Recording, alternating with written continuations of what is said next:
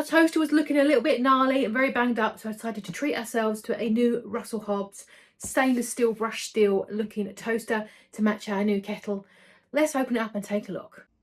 One thing I like about Russell Hobbs is they don't use polystyrene, they use paper, which is great. And there we go, out of the box. It looks like a little sticker I can peel off, but nice brushed silver. There we go. The lever won't lock down unless the toaster is connected to the electric supply. I think that's pretty normal. There is an instruction manual in there. Apparently, I didn't know the dials on the front meant minutes, not toastiness. That's apparently everyone knows that. I did not know that. So you've got your toasty dial there. You've got your defrost, and then you've got the toasty button. You can do bread straight from the freezer. It's a really good way if you happen to spot loaves of bread reduced, or if you buy too much bread and you want to freeze some, you can put it straight in there and just press the freezer button and get that.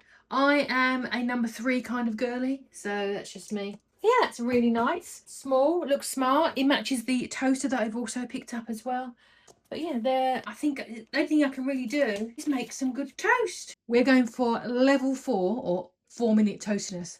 Let's take a look. Look at that. Is that perfect? Is it too dark? I think I'm somewhere probably between a 3 and a 4, you know. But yeah, it's done its job. So yeah, buttery toast for me. Well done, Russell Hobbs.